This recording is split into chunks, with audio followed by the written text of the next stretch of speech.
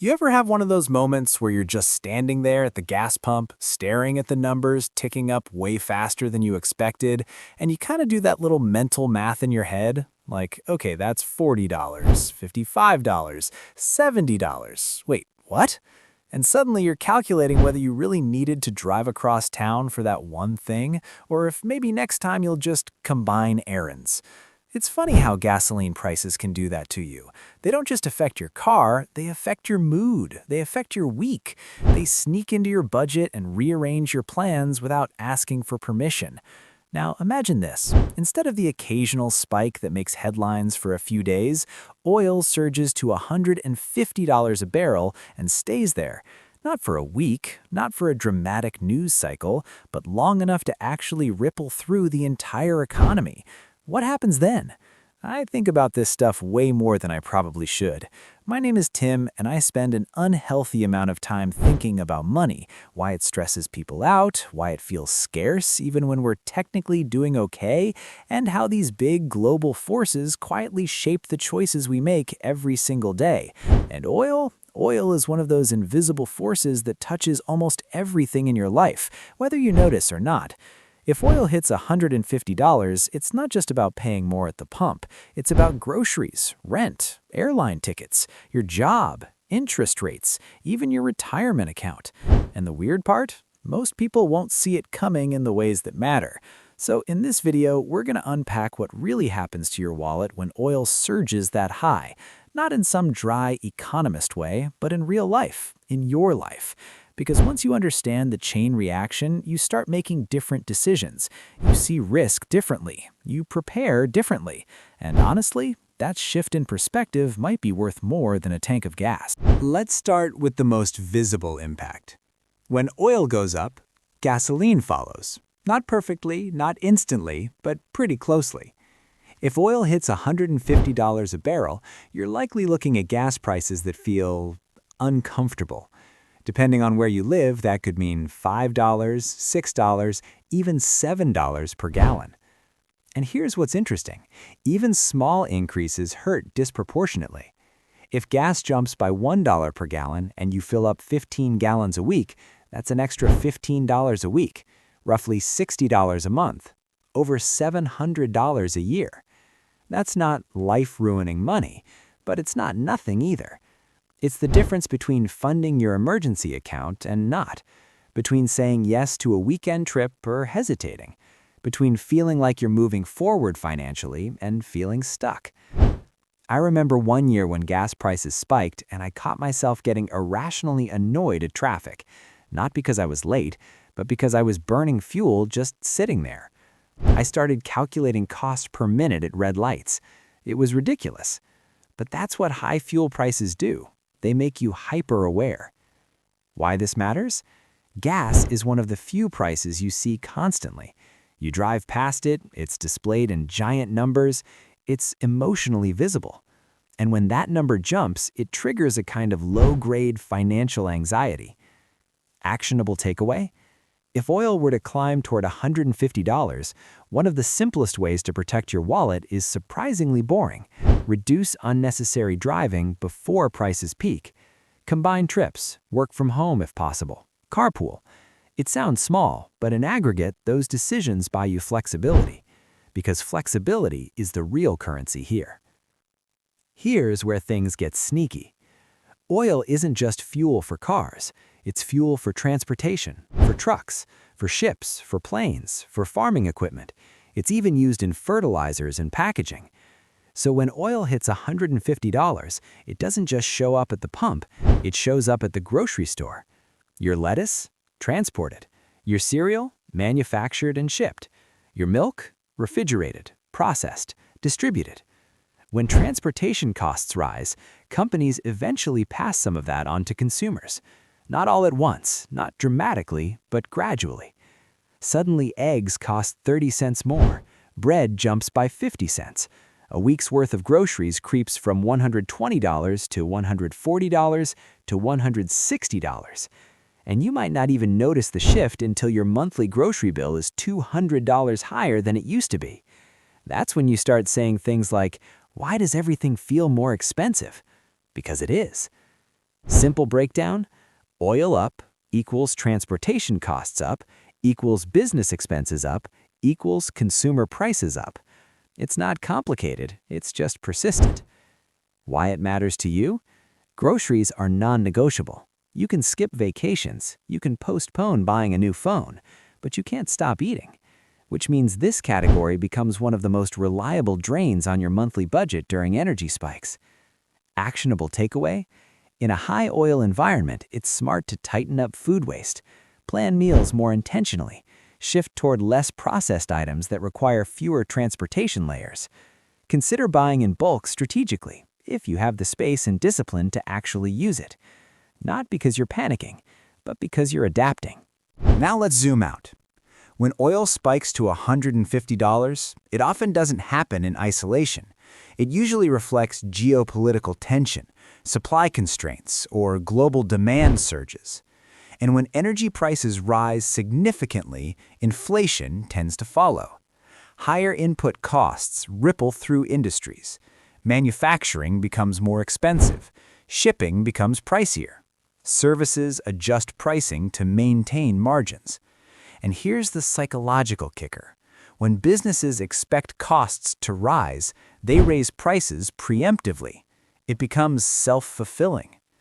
You've probably heard people talk about inflation expectations. That's not just economist jargon. It's basically this: if everyone believes prices will go up, they behave in ways that make prices go up. It's almost poetic, in a frustrating way. Why this matters? If inflation heats back up, central banks may respond by keeping interest rates higher for longer, which affects mortgages, car loans, credit cards. You see where this is going. Let's say you were planning to buy a home. Higher oil, higher inflation, higher interest rates, more expensive mortgage payments. Even if oil doesn't directly impact your house, it indirectly impacts your ability to afford one. Actionable takeaway? In a world where oil surges, maintaining low fixed-rate debt becomes incredibly valuable. If you have high-interest variable debt, especially credit cards, paying it down becomes even more urgent, because high oil can lead to high rates, and high rates are expensive. Let's talk about something a little more personal: vacations. When oil hits $150, airline fuel costs soar. Airlines hedge fuel prices, yes, but sustained high oil eventually bleeds into ticket prices. Flights get more expensive. Shipping surcharges increase. Hotels adjust pricing because their costs rise too. Suddenly, that $400 round-trip ticket becomes $650, and you find yourself hesitating. Now, here's the subtle shift in psychology. When everyday costs rise, people mentally reclassify things as luxuries. Even if you technically can still afford the vacation, you may feel less comfortable spending, because uncertainty makes us defensive. I've noticed that during periods of economic tension, people don't just cut spending, they cut confidence. And confidence is what drives economic momentum. Why this matters to you? If oil spikes, discretionary spending often slows. That affects travel, restaurants, entertainment, and the jobs connected to them. Which means if you work in one of those industries, your income could feel pressure. Actionable takeaway? If your income depends on discretionary spending, building a stronger emergency fund becomes critical during energy shocks. 3 months of expenses? Great. 6 months? Even better. Because when oil rises sharply, volatility tends to follow. This is where it gets interesting. A lot of people assume oil up, market down. But it's more nuanced. Energy companies often benefit. Oil producers, refiners, pipeline operators, they may see revenue growth when prices rise. At the same time, sectors like airlines, transportation, retail, and manufacturing may struggle. So the market response depends on balance. If you own broad index funds, you likely own energy exposure already. But here's the deeper issue: volatility increases. Markets dislike uncertainty more than high prices. If oil spikes due to geopolitical conflict, markets may swing sharply. And when markets swing sharply, people panic. They sell at the wrong time. They second-guess long-term plans. Why this matters? Your retirement account might look scarier during periods of high oil and inflation pressure, but reacting emotionally is usually more damaging than the price spike itself. Actionable takeaway? Revisit your asset allocation before volatility hits, not during. Make sure you can tolerate downturns emotionally, because if oil surges and markets wobble, the worst time to reassess your strategy is mid-panic. And honestly, that's something I've had to learn the hard way. Here's something people don't talk about enough. Energy costs influence hiring decisions. When businesses face higher operating costs, they protect margins. That can mean slower hiring, reduced expansion, fewer raises. Not always layoffs, but hesitation. Imagine you're running a small business. Your shipping costs jump 20%. Your electricity bill climbs. Your suppliers raise prices. Are you aggressively hiring, or are you pausing? Exactly.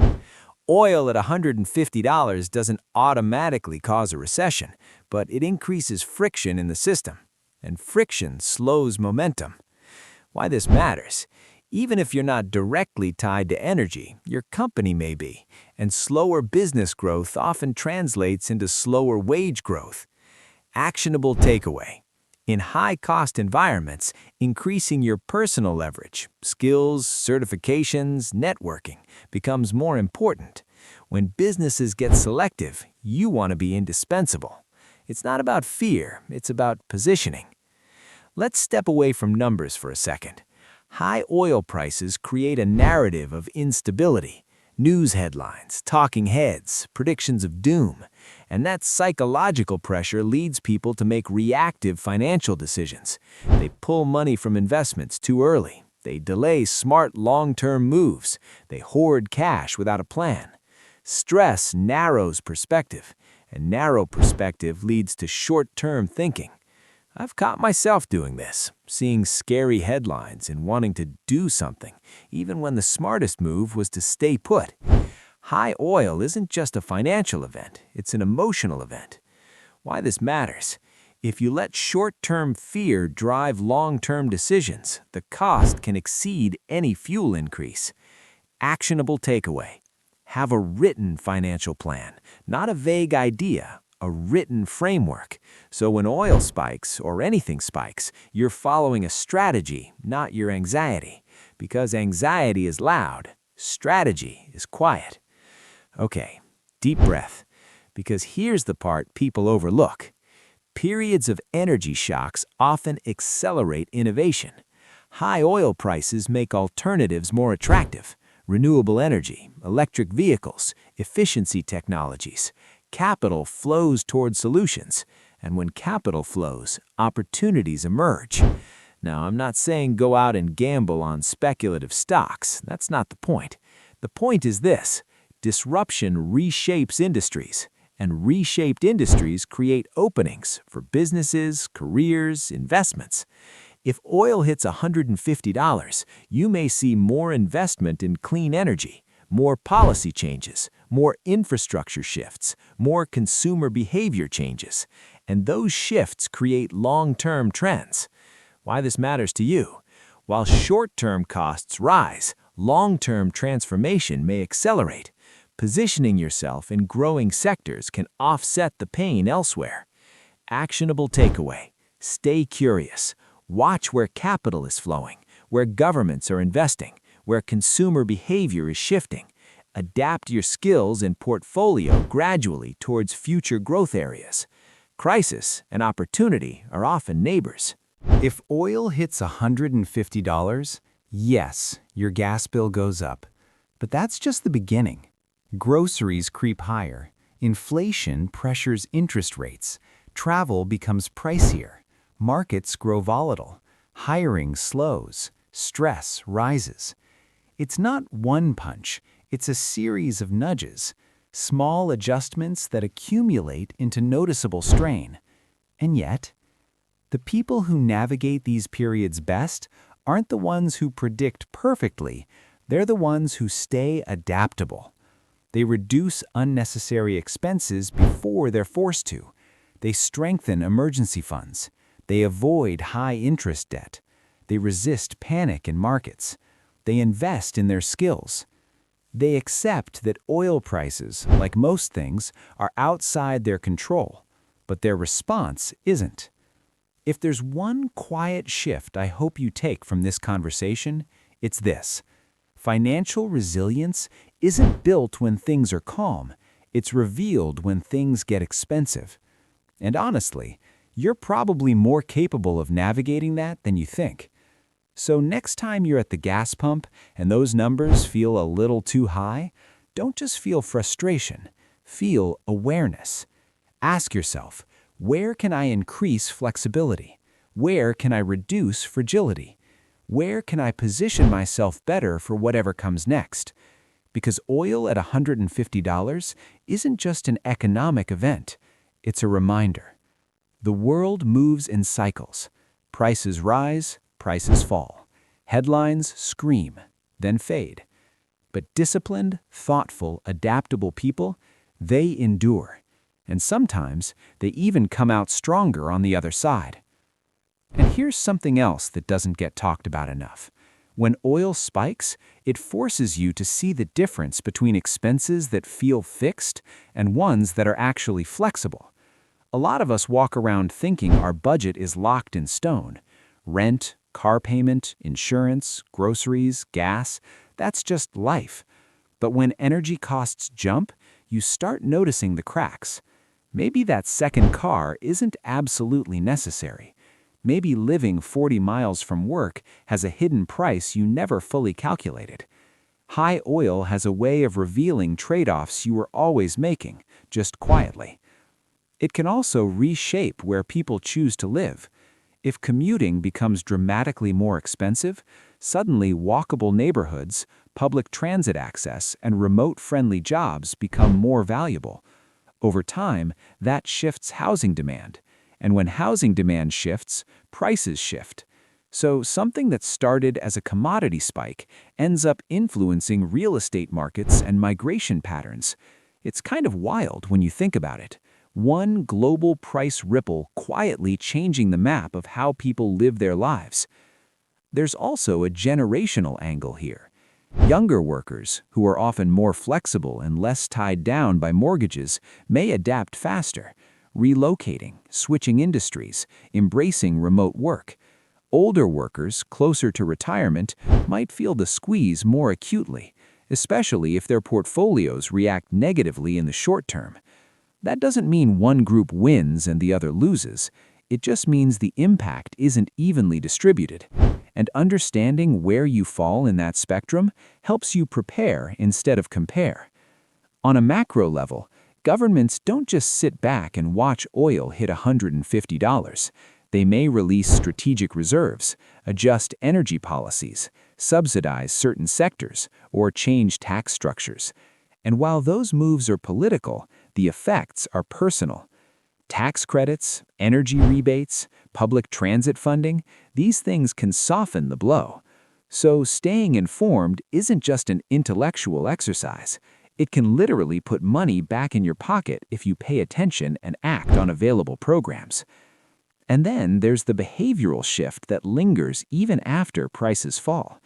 Historically, big energy spikes leave a psychological scar. People buy more fuel-efficient cars. They insulate their homes. They think twice about long commutes. In other words, oil at $150 doesn't just change your budget for a year. It can permanently change your financial habits. And some of those habits, honestly, make you stronger long after the crisis fades. What's interesting is that these high-cost environments often sharpen financial discipline in a way that easy times don't. When everything feels affordable, waste hides. When things get tight, awareness increases. You track spending more closely. You renegotiate bills. You ask for raises. You explore side income. Pressure isn't comfortable, but it can be clarifying. And clarity, financially speaking, is powerful. So if oil ever does surge that high, the real question isn't just how much will this cost me? It's how will I respond? Because the spike itself is temporary. Your habits, your adaptability, your mindset, those stick around. And if you approach it thoughtfully instead of fearfully, you might look back years later and realize that the moment that felt expensive was also the moment you became far more financially resilient. So breathe, plan, adjust. Your wallet will thank you.